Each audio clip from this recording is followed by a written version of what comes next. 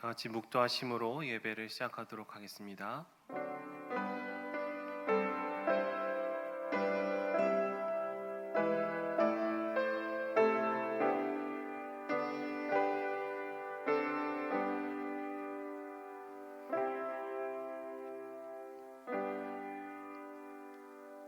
사도신경으로 우리의 신앙을 고백하도록 하겠습니다.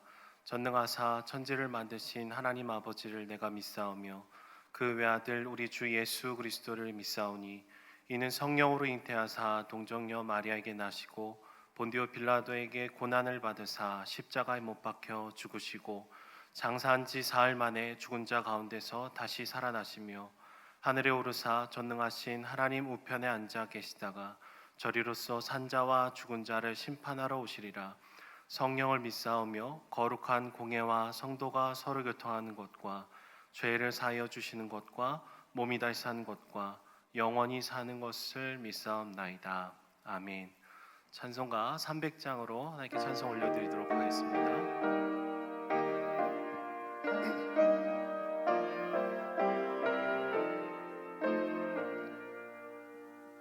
내 마음이 낙심되며 근심에 눌릴 때 주께서 내게 오사 위로해 주시네. 가는 길 캄캄하고 괴로움 많으나 주께서 함께하며 내 짐을 지시네. 그네가 내게 족하네. 그네가 족하네. 이 괴로운 세상 지날 때 그네가 족하네. 희망이 사라지고 친구 날 버릴 때 주 내게 속삭이며 새 희망 주시네. 싸움이 맹렬하여 두려워 떨 때에 승리의 왕이 되신 주 음성 들리네. 그네가 내게 족하네. 그네가 족하네. 이 괴로운 세상 지날 때 그네가 족하네. 번민이 가득 차고 눈물이 흐를 때 주 나의 곁에 오사 위로해 주시네. 환난이 닥쳐와서 어려움 당할 때 주님의 능력이 원수를 이기네. 그네가 내게 족하네. 그네가 족하네. 이 괴로운 세상 지날 때 그네가 족하네. 이 시간 우리 대표하여 이승범 전사님께서 기도하시겠습니다.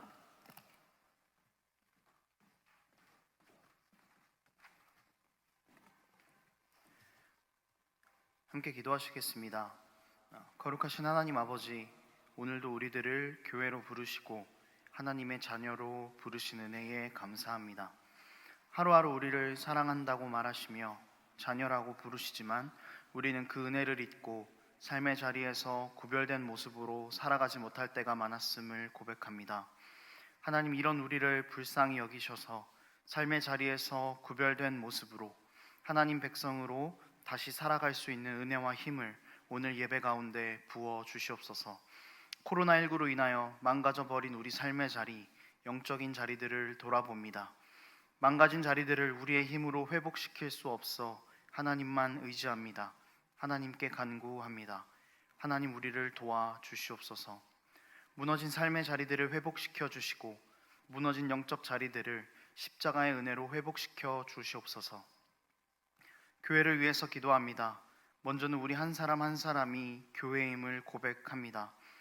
개인이 먼저 삶의 자리에서 하나님의 교회됨을 말씀대로 드러내게 하시고 구별됨을 드러내게 하시고 세상의 소금과 빛으로 살아가는 우리가 될 수 있도록 도와주시옵소서. 더 나아가 우리 은혜의 동산교회가 지역사회를 섬기고 세상에서 하나님의 말씀에 모범이 되는 교회가 될 수 있도록 하나님 도와주시옵소서. 말씀을 전하시는 담임 목사님, 하나님께서 영적으로 또 육적으로 붙잡아 주시어서 전하시는 말씀 가운데 하나님의 은혜를 발견하고 그것으로 인해 기뻐하며 감사하는 시간 될 수 있도록 도와주시옵소서.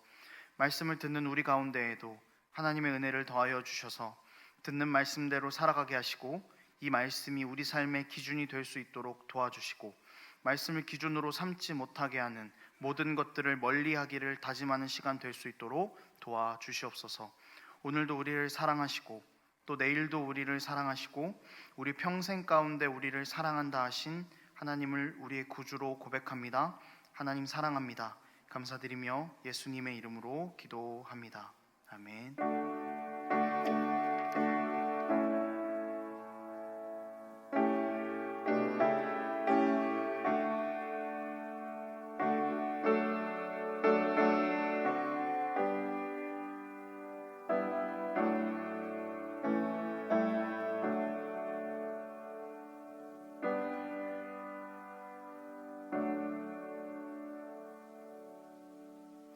이 시간 오케스트라의 특조와 함께 준비하신 예물을 하나님 앞에 올려드리도록 하겠습니다.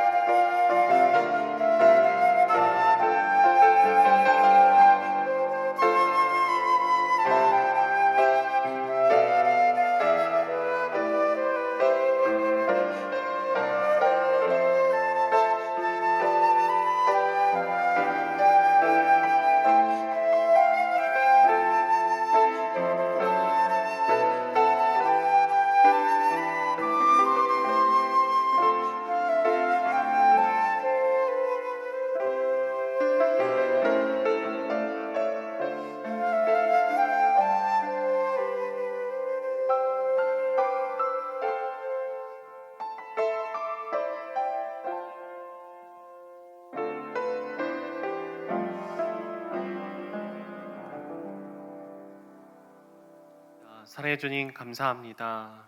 하나님의 사랑과 은혜로 날마다 우리를 붙들어 주시고 위로해 주시니 주님 감사합니다.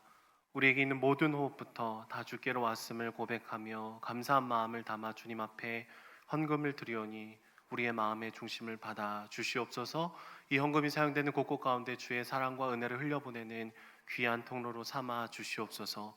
감사드리며 예수님의 이름으로 기도드립니다. 아멘. 교회 소식입니다. 코로나19 확산 방지를 위해서 10월 17일 토요일까지는 영상으로 예배를 드리도록 하겠습니다.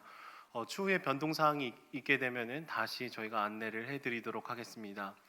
온라인 새가족 등록을 받고 있습니다. 온라인으로 함께 예배를 드리시는 분들 중에서 새가족이 되기를 원하시는 분들은 은혜동산교회 홈페이지에 가셔서 새가족 등록을 해주시면 감사하겠습니다. 혹시 인터넷으로 새가족 등록하기 어려우신 분들은 교회 사무실로 전화를 해주시면 잘 안내해드리도록 하겠습니다. 양육일 3단계가 비대면으로 계속해서 진행 중에 있습니다. 우리 마을에, 우리 다락에 양육을 받으시는 분들을 위해서 함께 기도해 주시고 또 격려해 주시면 감사하겠습니다. 교육자 동정입니다. 10월 12일 월요일 오후 3시에 수원에 있는 개선문 교회에서 우리 고등부를 섬기고 계신 이승범 전도사님이 강도사 인허식이 있습니다. 하나님의 귀한 일꾼으로 세워지시도록 함께 기도해 주시고 축하해 주시면 감사하겠습니다. 그래 우리 하나님 말씀을 찾도록 하겠습니다. 하나님 말씀 디모데후서 1장 1절에서 8절까지 말씀입니다. 디모데후서 1장 1절에서 8절까지 말씀 신약성경 343페이지에 있습니다. 디모데후서 1장 1절에서 8절까지 말씀을 제가 읽도록 하겠습니다.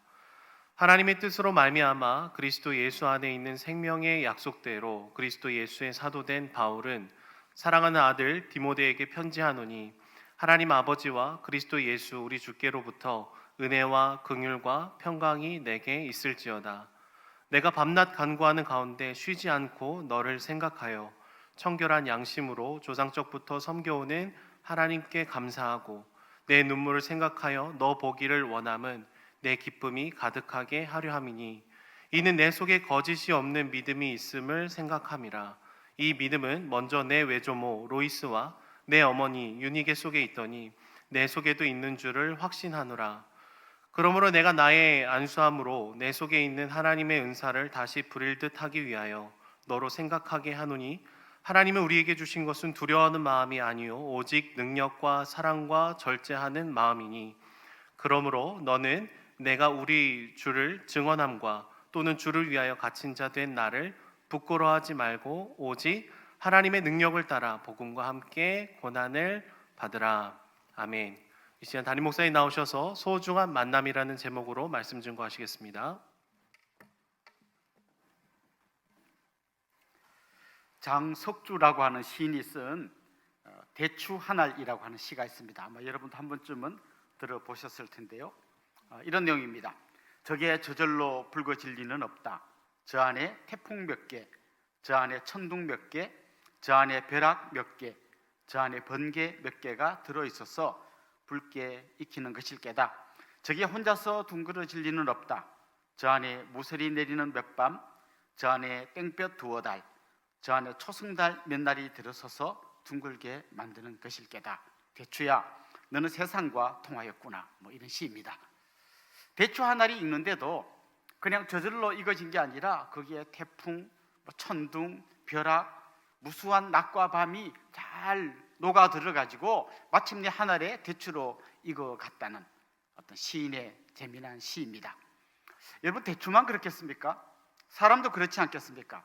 어떤 한 사람이 정말 익어가려면 그 안에 때로는 눈물과 고난과 슬픔과 절망, 때로는 기쁨과 감격, 이 수많은 것들이 어우러지고 녹아 들어가 가지고 마침내 한 사람을 아주 아름다운 사람으로 이렇게 익어가게 만들지 않겠습니까?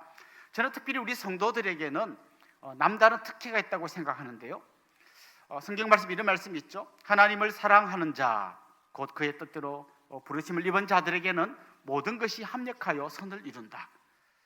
특별히 그냥 다른 고난과 역경과 어려움들이 녹아갖고 어떤 사람이 좀 다듬어지는 정도가 아니라 그것을 합력하여 선이 되도록 만들어 가시는 하나님이 계시다는 것이죠.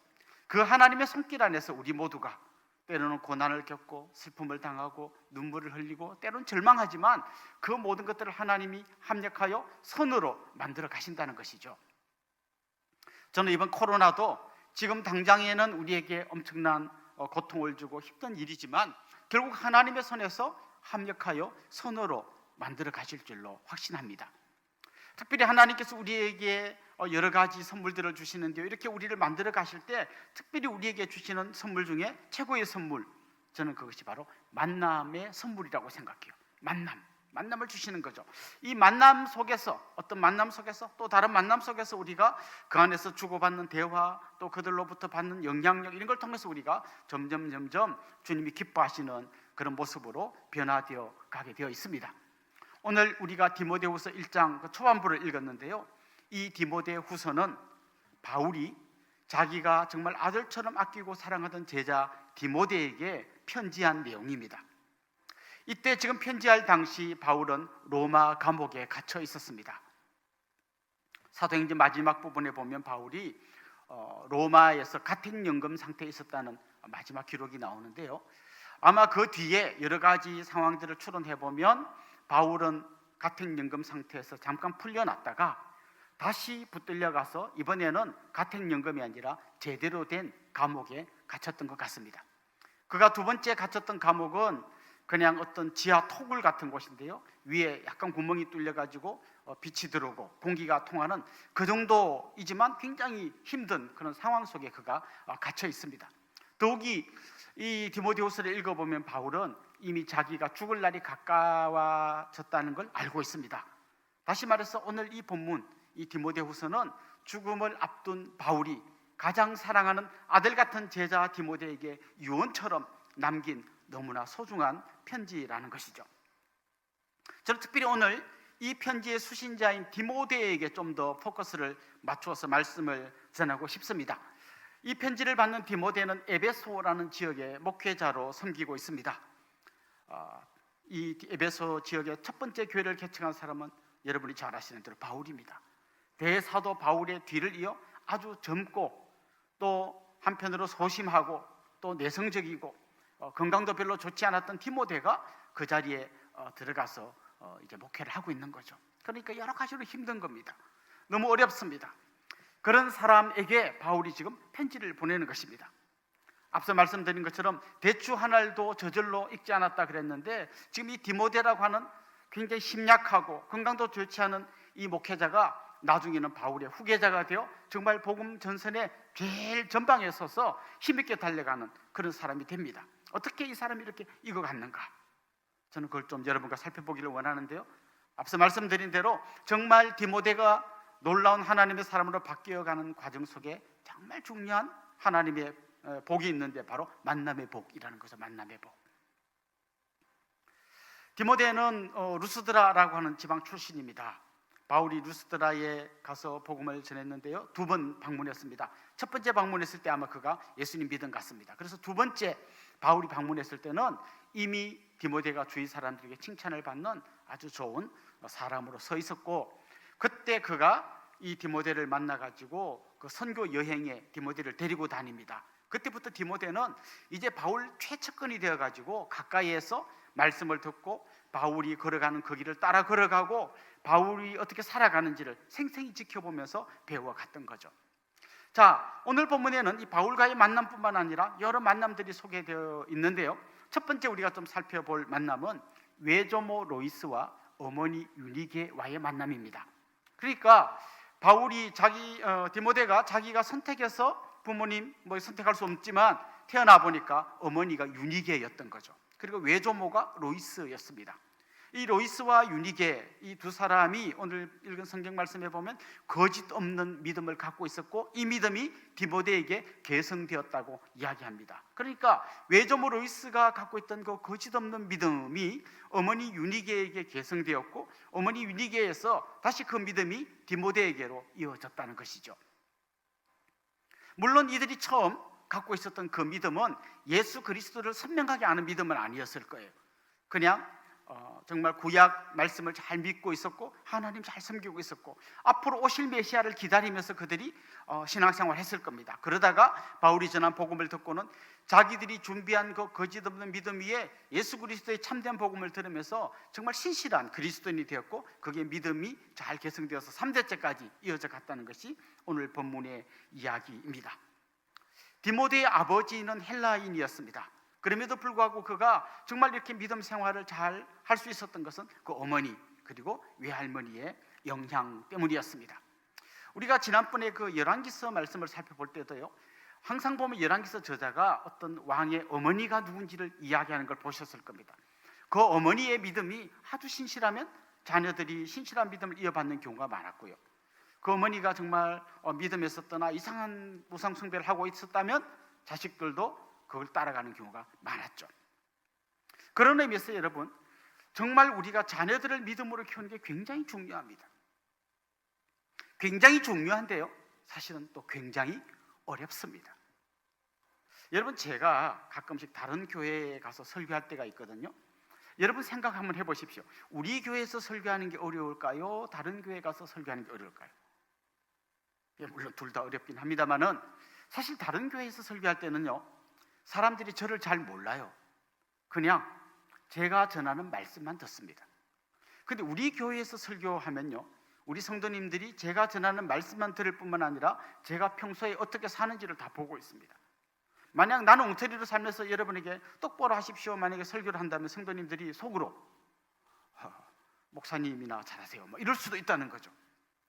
하물며 우리 교회에서 설교하는 게 아니라 우리 집이라면 어떨까요? 가정에서 부모님들이 자녀들을 말씀으로 양육한다는 것은요, 그런 의미에서 굉장히 어렵습니다. 왜냐하면 가정에서는 자녀들이 정말 우리 부모님의 허와시를 다 보고 있거든요. 예를 들면 부모님 맨날 싸우면서 뭐 너희들 서로 사랑해라 이렇게 말한다면 아이들이 얼마나 속으로 비웃겠습니까? 엄마 아빠나 잘하세요. 엄마 아빠 맨날 싸우면서 뭐 이렇게 그럴듯한 말 이런 거 우리한테 하지 마세요. 안 먹힙니다. 이러지 않겠습니까? 집에서는 막 그냥 날마다 막 싸우고 뭐 정말 자녀들을 볼 때 엉망진창으로 살다가 교회 가서는 막 경건한 권사님, 경건한 집사님으로 살아가고 있다면 자녀들이 막 그것 때문에 정말 이 신앙생활에 회의를 느끼는 경우가 많이 있을 것입니다. 한 자녀를 믿음으로 키우려면요, 그게 잠깐 잘해서 되는 게 아니라 정말 수십 년을 그리스도의 말씀 안에서 믿음과 사랑으로 이 군면에 나가야 하는 것인 거거든요. 그런 의미에서 본다면 요즘 젊은이들 말로 자녀를 교육하는 것은 굉장히 가성비가 떨어지는 일이라고 할 수 있을 겁니다. 그렇잖아요. 뭐 유명한 전도자 빌리 그레암 같은 목사님이 한 번 막 복음 전파할 때 수백 명이 예수님 앞으로 돌아오고 막 수천 명이 예수님 믿었는데 1시간 만에. 우리는 이 한 명, 두 명 자녀를 믿음으로 양육하는데 수십 년이 걸린다. 이거 가성비가 너무 낮지 않습니까? 근데 여러분, 저는 그게 절대로 가성비가 낮은 일이 아니라고 생각해요. 왜냐하면 우리가 굉장히 많은 시간을 투자하지만 한 사람을 믿음으로 키워내는 게 워낙 귀하고 워낙 소중한 일이기 때문에 거기에 정말 수십 년 우리가 투자할 가치가 있다는 것이죠.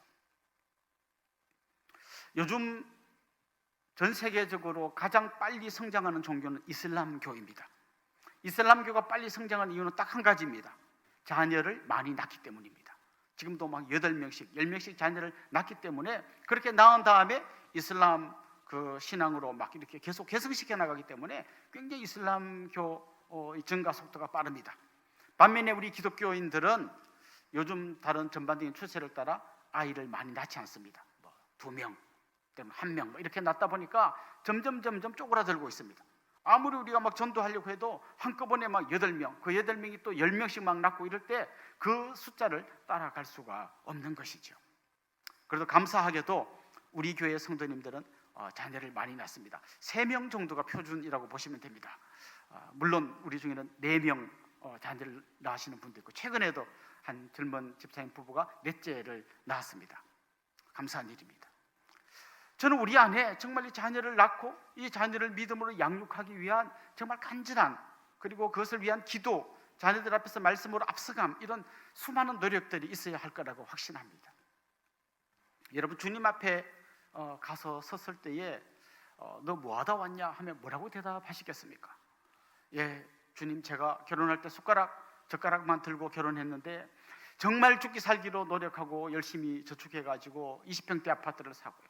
또 더 열심히 해가지고 30평대. 그래서 제가 죽기 직전까지 50평대까지 이루고 왔습니다. 그럴 때 주님이 착하고 충성된 종아 잘했다 뭐 이럴 것 같습니까? 아니면 주님, 우리 아이가 초등학교 때 막 반에서 저 뒤에 맴돌고 있었는데요, 제가 이 아이를 붙들고 막 공부시키고 제가 또 막 알바 뛰어가지고 이 아이를 학원 보내고 막 죽기 살기로 막 치맛바람을 날려가지고 마침내 이 아이를 명문대학에 보냈습니다. 뭐 이런 얘기 하시면 주님께서 잘했다고 칭찬하실 것 같습니까? 저는 무엇보다도 여러분의 자녀들에게 믿음을 계승해 줄 수 있는 그런 부모님이 될 수 있기를 소망합니다. 여러분이 여러분 자녀의 로이스가 되고 또 윤희기가 되고 또 좋은 믿음의 아버지가 되는 그런 귀한 역사가 있기를 소망합니다. 저도 제 개인의 인생을 돌아보면 내 모든 믿음의 출발은 새벽 기도에 다녀와서 우리 사남매를 깨워서 같이 예배를 드리던 그 어머님의 신앙에서부터 시작되었다는 것을 고백하지 않을 수가 없습니다. 그런 거예요. 혹시 여러분 중에서 나는 우리 부모님이 안 믿는데 그럼 나는 굉장히 손해네요. 그런 분들은요, 한 가지 확실한 것을 기억하십시오. 여러분이 믿음의 자녀가 될 수는 없지만 믿음의 부모는 될 수 있습니다. 아브라함이 그랬습니다. 아브라함이 자기 가문에서 첫 번째 하나님을 믿는 사람이었지만 그 믿음의 자녀들, 그 손주들 계속 계승되어 가지고 마침내 믿음의 조상이 되지 않았습니까? 여러분이 믿음의 가문을 세우는 사람이 되십시오. 또 아니면 여러분 부모님으로부터 물려받은 믿음을 잘 계승해서 정말 믿음의 사람으로 로이스와 윤희계 같은 그런 거짓 없는 믿음을 물려주는 그런 좋은 부모님이 될 수 있기를 소망합니다. 디모데 되게 만들었던 두 번째 복된 만남이 있는데 그건 그야말로 영적인 멘토 바울과의 만남입니다. 바울이 루스드라에 처음 복음 전하러 갔을 때요, 그때 사람들이 돌을 던져갖고 바울이 거의 죽게 되었습니다. 아니, 사람들이 볼 때 죽은 줄 알았어요. 그래서 성 밖에 갖다 버렸습니다. 나중에 제자들이 와가지고 거의 죽은 거나 다름없는 바울을 겨우 깨우고 막 이렇게 했는데 바울이 일어나서 다시 루스드라 성으로 들어가서 복음을 전했습니다. 그렇게 돌에 맞으면서 죽어가면서 복음 전했는데 그 결과로 디모데라고 하는 한 제자가 태어난 겁니다. 그러니까 그가 돌 맞으면서 복음 전했던 게 절대로 헛된 것이 아니었던 거죠. 그렇게 복음 전한 디모데, 그렇게 복음을 받아들인 디모데가 바울이 두 번째 갔을 때는 정말 그 동네 사람뿐만 아니라 옆에 있는 다른 동네 사람까지 칭찬하는 그런 좋은 믿음의 사람이 되었고, 그때부터 바울을 따라다니게 되었던 거죠. 그야말로 바울이 디모데의 영적인 멘토가 되어 주었습니다. 바울은 에베소라는 지역에 특별히 2년 정도 머물면서 굉장히 오랜 시간 동안 복음을 전했고 거기에 많은 제자들을 이제 세우고 교회가 세워졌는데요, 그곳에 디모데를 보냈습니다. 근데 여러분 한번 생각해 보십시오. 대사도 바울 뒤를 이어받는 젊은 목회자 디모데, 어떤 그림이 그려지십니까? 우리 목회자들 사이에서 그런 이야기가 있습니다. 아주 뛰어난 목사님이 교회를 개척하고 그래서 교회가 많이 부흥된 다음에 두 번째로 2대 목사로 가신 분은 굉장히 어렵다. 항상 그 1대 목사님하고 비교당하고 그것 때문에 굉장히 어려움을 많이 겪는다, 이런 얘기를 들어보았습니다. 아마 지금 디모데가 그런 상황이었을 겁니다. 그리고 이 디모데후서 본문 여러 행간들을 읽어보면 그는 굉장히 지금 소심하고 내성적이고 어떻게 막 이걸 잘 헤쳐나가지 못하는 그런 어려움 가운데 있습니다. 위장병이 있었는데 아마 분명히 스트레스 때문에 그랬을 거라고 추측이 됩니다. 이런 어려움 가운데 있는 디모데에게 영적인 멘토였던 바울은 이 디모데후서를 보내면서 그를 격려하고 그를 권면하고 있습니다. 그는 지금 감옥에 있고 쉽게 만날 수 없습니다. 멀리 떨어져 있습니다. 요즘 우리가 코로나 때문에 못 만나기 때문에 뭐 연락도 못하고 힘듭니다 이렇게 할지 모르지만 바울은 그렇게 하지 않았습니다. 만날 수 없었지만, 멀리 떨어져 있었지만, 그렇다면 내가 할 수 있는 게 뭘까? 편지를 보내자. 편지도 요즘 같지 않다는 거죠. 요즘 뭐 이메일로 이렇게 보내고 카톡 보내면 금방 가는 그런 시대가 아니잖아요. 종이조차도 없던 시대입니다. 뭐 파피루스 혹은 양피지 이런 걸 힘들게 구해가지고 거기에다가 한자 한자 기록해야 됩니다. 우체통에 넣으면 우체부가 보내주는 게 아니라 또 어떤 인편을 통해서 오랜 시간 동안 힘들게 전달해야 되는 편지입니다. 그럼에도 불구하고 바울은 그렇게라도 해서 지금 지쳐있고 낭만 가운데 있고 정말 많이 두려움 가운데 사로잡혀 있는 디모데를 격려하고 그에게 힘을 더해주기를 원하고 있었던 것입니다. 이 한 영혼을 위한 바울의 열정, 멘토가 되어서 한 사람을 믿음으로 양육하고 이끌어주려고 하는 바울의 이 열정이 이 디모데 후서 안에 그대로 녹아있는 거죠. 오늘 읽은 7절 말씀에 보면 이런 말씀이 나옵니다. 하나님이 우리에게 주신 것은 두려워하는 마음이 아니요 오직 능력과 사랑과 절제하는 마음이니. 지금 바울이 디모데에게 편지로 이야기하는 겁니다. 바울아, 그 두려움이란 건 하나님이 주신 마음이 아니야. 디모데야, 하나님이 주신 마음은 두려움이 아니야. 하나님 너에게 능력을 주셨고 또 너에게 사랑하는 마음을 주셨고 절제하는 마음을 주시지 않았니? 그 하나님 붙들고 그 하나님 능력 의지하고 이 두려움을 이겨내야 돼. 이렇게 지금 그가 권면하고 있는 겁니다. 힘내라 디모데, 이렇게 응원하고 있는 거죠. 디모데는 세상의 어떤 위로보다 더 큰 위로, 마음에 큰 용기를 얻게 되었을 겁니다. 바울은 한 걸음 더 나가서 복음을 부끄러워하지 말고 또 내가 갇힌 것을 부끄러워하지 말고 복음과 함께 고난을 받아라, 이렇게 당당하게 외치고 있습니다. 그가 이렇게 당당하게 디모데를 권면할 수 있었던 핵심 이유는 뭔가 하면 오늘 본문 1절에 이런 말씀이 있거든요. 하나님의 뜻으로 말미암아 그리스도 예수 안에 있는 생명의 약속대로 그리스도 예수의 사도된 바울이라는 자기 의식이 있습니다. 무슨 얘기인가 하면 내가 사도로 부름받은 이유는 뭔가 하면 하나님의 뜻이 있었다. 특별히 생명의 약속대로 내가 부름받아가지고 내가 죽음에서 생명으로 옮겨진 것처럼 사도된 나를 통하여 또 다른 누군가를 죽음에서 생명으로, 절망에서 소망으로, 또 슬픔에서 기쁨으로 바꾸어줘야 한다는 그런 어떤 자기 사명이 있었던 거죠. 그렇게 내가 부름받았으니까 그 부름받은 대로 내가 이 디모데에게 한번 그렇게 해봐야겠다, 이렇게 해가지고 그가 지금 권면하고 있는 거죠. 여러분 어떻습니까? 혹시 여기에 순장님들 이 말씀을 들으면서요, 정말 여러분이 격려해주고 소망을 주어야 할 순원들이 없습니까? 지금 못 만나는 상황이라는 핑계를 대면서 그냥 방치해두고 있지는 않습니까? 정말 그 한 영혼을 위해서 내가 편지라도 보내고 카톡이라도 보내고 전화라도 하고 정말 커피라도 한 잔 사주면서 이 사람을 세워줘야겠다, 좀 그런 간절함이 여러분 안에 있기를 소망합니다. 여러 선생님들 그렇게 한번 해보기를 도전합니다. 최근에 사람들에게 갑자기 이렇게 인기 있는 노래가 생겨났는데 트로트입니다. 트로트. 그동안 약간 뭐 우리가 이류, 뭐 B급 문화라고 좀 무시했는데 요즘 갑자기 미스터 트롯이라고 하는 프로 때문에 굉장히 트롯 열풍이 막 불고 있는데요.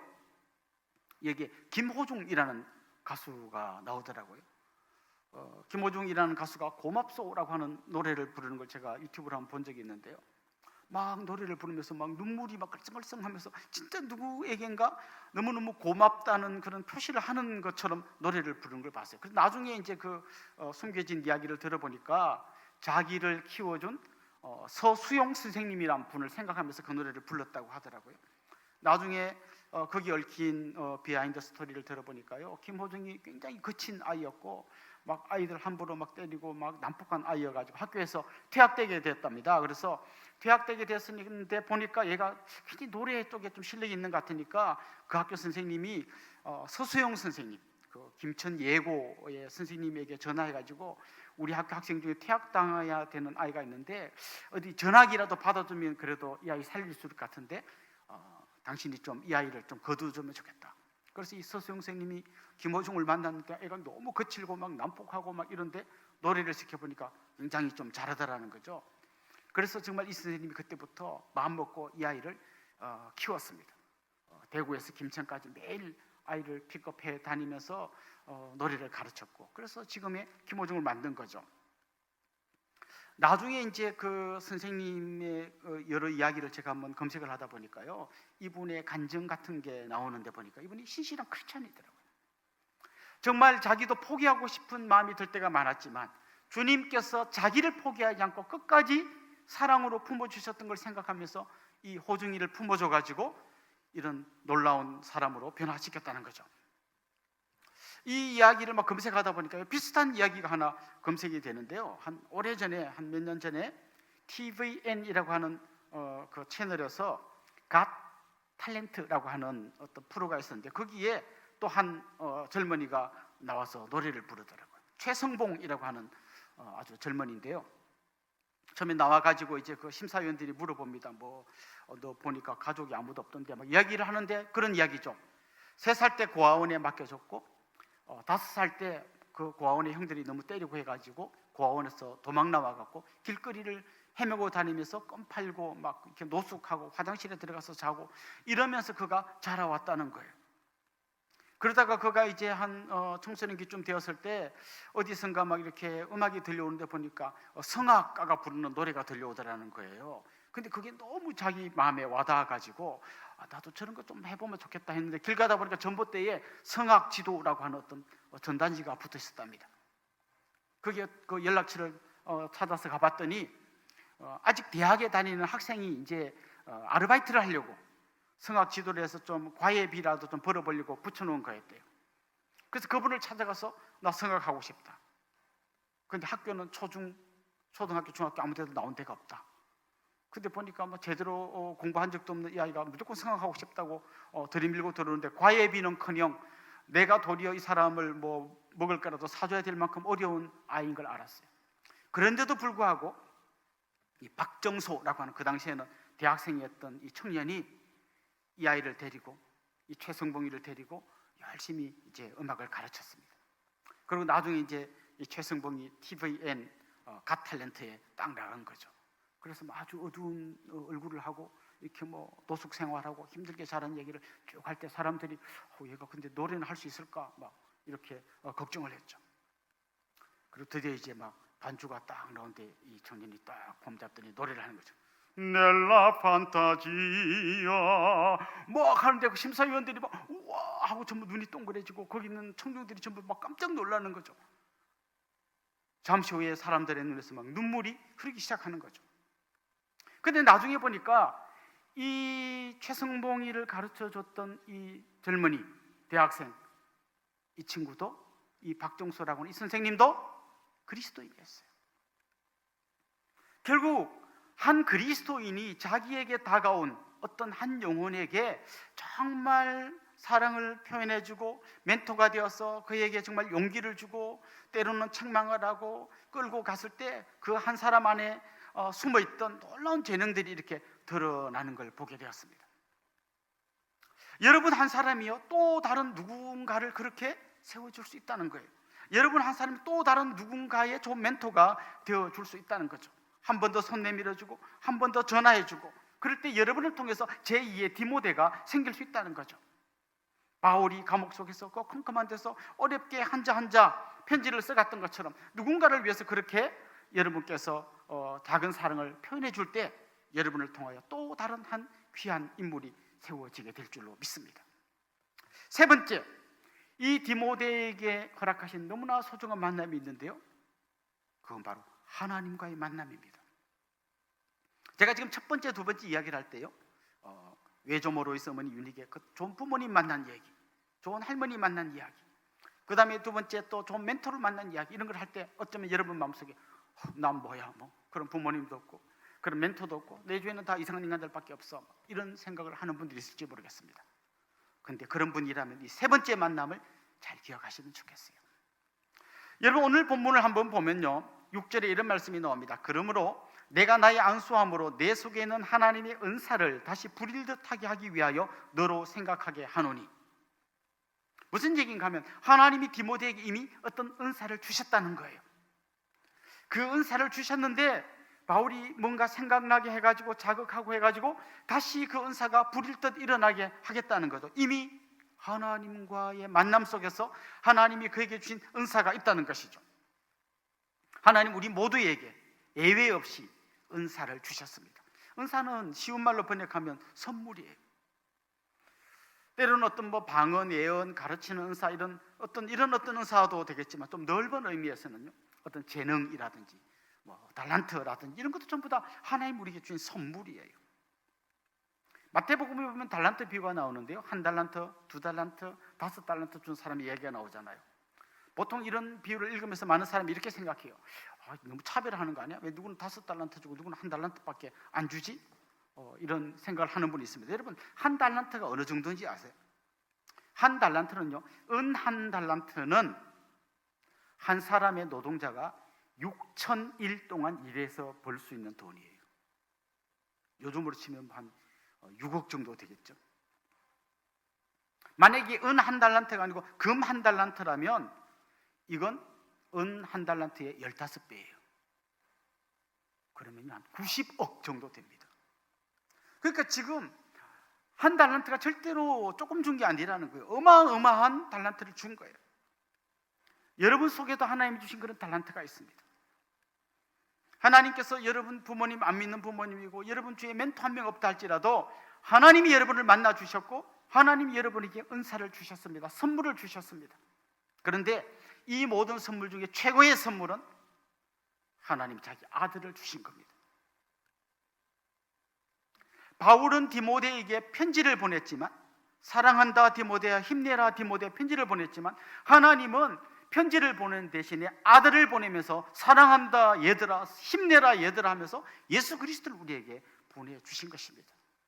그렇습니다, 여러분.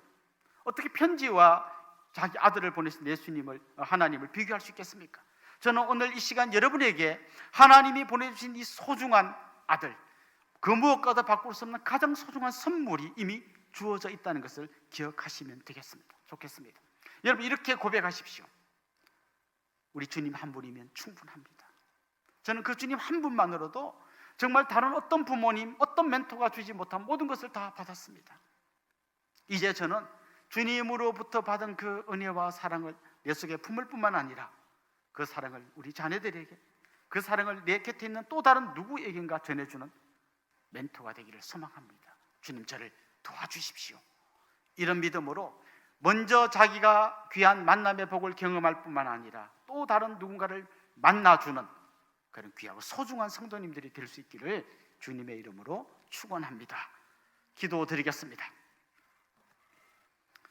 살아계신 우리 하나님 아버지, 연약했던 디모데에게 외조모 로이스와 어머니 유니기를 붙이셔서 거짓없는 믿음을 선물로 주셨고, 바울과 같은 멘토를 통해서 그를 더욱더 성숙시켜 주셨던 하나님, 그러나 그것과 비교할 수 없는 놀라운 선물로 하나님의 아들 예수 그리스도를 보내주신 줄로 믿습니다. 바로 그 예수님이 우리에게도 선물로 주어진 것을 기억하게 하시고 그 은혜의 감격 속에서 날마다 승리의 삶을 살게 하여 주옵소서. 이 복된 만남 나만 누리는 것이 아니라 또 내 주위에 있는 또 다른 누구에겐가 손 내밀고 전화하고 또 그를 격려해 줄 수 있는 그런 또 다른 멘토가 되게 하여 주옵소서. 예수님의 이름으로 기도드리옵나이다. 아멘. 축도하겠습니다. 우리 주 예수 그리스도의 은혜와 하나님 우리 아버지의 극진하신 사랑과 성령님의 감화, 감동, 위로, 교통, 충만하심이 사랑하는 주님의 백성들과 그 가정 위에 이제로부터 영원토록 함께 있을지어다. 아멘.